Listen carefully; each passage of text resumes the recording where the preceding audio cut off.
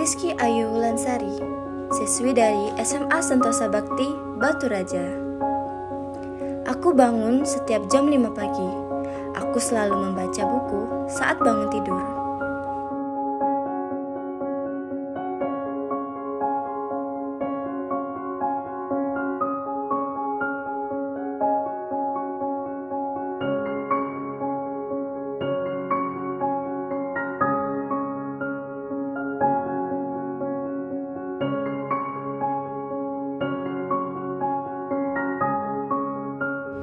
Setiap pagi, ayah selalu sibuk dengan pekerjaannya, sedangkan ibuku selalu menyiapkan sarapan pagi untukku.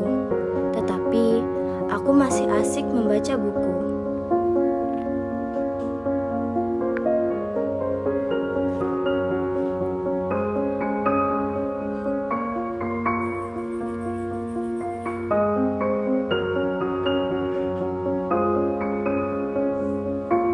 Sarapan ibuku pagi ini enak sekali. Aku selalu menghabiskan sarapan yang ibu berikan, tanpa tersisa sedikit pun.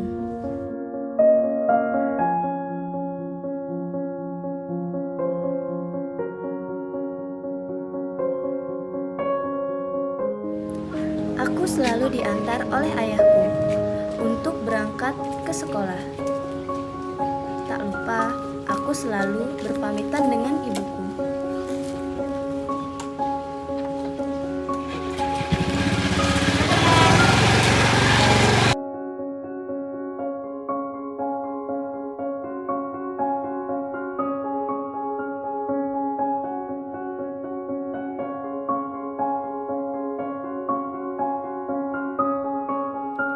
Aku sangat gemar membaca, tetapi sayangnya literasi di sekolahku cukup rendah. Berdasarkan penelitian yang dilaksanakan oleh Program for International Student Assessment menyebut budaya literasi di Indonesia pada tahun 2012 terburuk kedua dari 65 negara yang diteliti di dunia. Indonesia menempati urutan ke-64 dari 65 negara tersebut. Pada penelitian yang sama, PISA juga menempatkan posisi membaca siswa di Indonesia di urutan ke-57 dari 65 negara yang diteliti. PISA menyebutkan, tak ada satu siswa pun di Indonesia yang meraih nilai literasi di tingkat kelima. Hanya 0,4% siswa yang memiliki kemampuan literasi tingkat 4. Selebihnya di bawah 3, bahkan di bawah tingkat 1, ujarnya. Kebanyakan anak muda zaman sekarang lebih memilih melakukan kegiatan yang tidak berfaedah. Saat waktu istirahat tiba, aku pergi ke perpustakaan untuk membaca buku.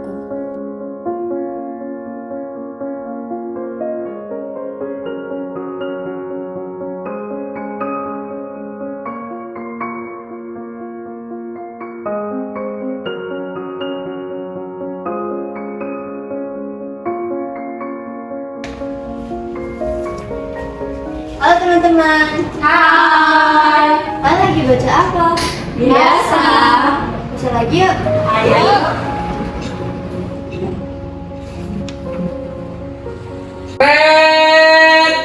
Ayo. Tak terasa, waktu jam istirahat sudah habis. Teman-temanku berlari memasuki kelas masing-masing, sedangkan aku masih sibuk memilih buku untuk dibawa pulang. Tetapi saat aku sedang sibuk memilih buku, aku tak sengaja mendengar perbincangan guru-guru tentang rendahnya literasi di sekolah kami. Kenapa raport pendidikan kita seperti ini? Ya saya nggak tahu bu, kok ibu nyalain saya? Kan guru di sini buku juga saya. Ini juga Bu Lilis. Kenapa kemampuan literasi kita menjadi merah? Kenapa ibu hanya menyalahkan saya saja? Masih banyak guru bahasa Indonesia lain di sini. Ini juga bagus. Kenapa kemampuan numerasi kita menjadi merah? Sudah, jangan ribut. Sebaiknya kita mencari solusi saja. Sudah, mari kita ke perpustakaan saja.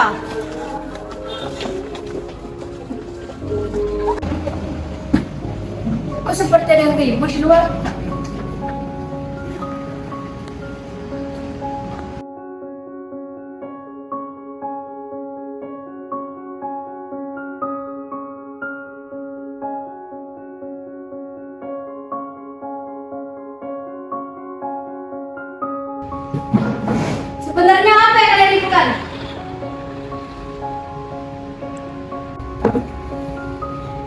literasi pada desa sekarang sangat memperhatikan kini dibanding. Seharusnya mereka bisa menjadi tahu literasi sebagai gaya hidup. Ya benar, membaca surat itu memiliki dampak positif dan manfaat bagi seorang pelajar. Ibu juga bisa lihat kalau kemampuan numerasi kita masih kurang. Lalu langkah apa yang harus kita lakukan?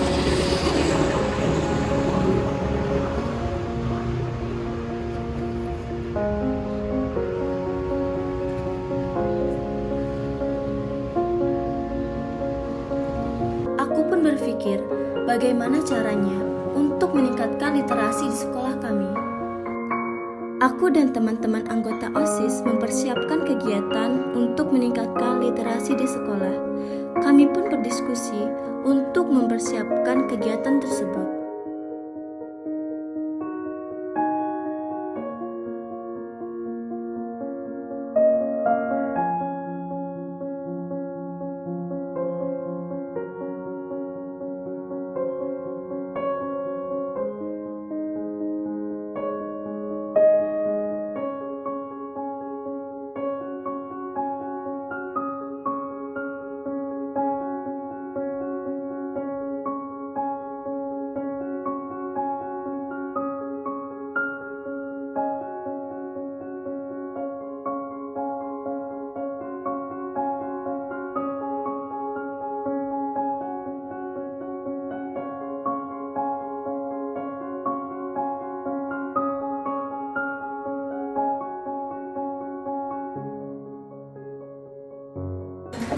Teman-teman, literasi di sekolah kita kan rendah.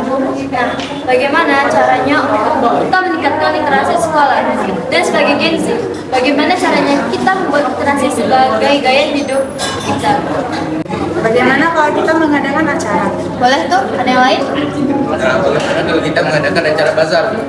Bagaimana kalau kita melakukan kegiatan wajib kunjungan ke perpustakaan? Dan kenapa kita tidak melaksanakan literasi semuanya sebelum belajar dimulai? Nah teman-teman, jika kita ingin melaksanakan caranya juga akan diberikan tadi, kita harus menjalankannya tanpa berhenti dan secara konsisten agar literasi di sekolah meningkat. Acara literasi Smaseba 2023 resmi dibuka.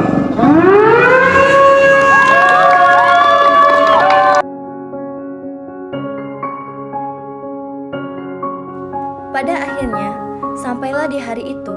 Ternyata, usahaku dan teman-temanku untuk meningkatkan literasi di sekolah berhasil. Dari sini ke depan, menjadi pelajaran kita sebagai Gen Z untuk lebih rajin membaca dan meningkatkan kemampuan literasi kita, agar kita tidak mengalami ketertinggalan pada kemajuan zaman. Membaca merupakan hal yang sangat bermanfaat. Membaca harus menjadi gaya hidup Gen Z. Gen Z harus mempunyai kebiasaan, yaitu meningkatkan literasi. Terima kasih, itu saja ceritaku. Sampai jumpa lagi. Aku Kiki, dadah.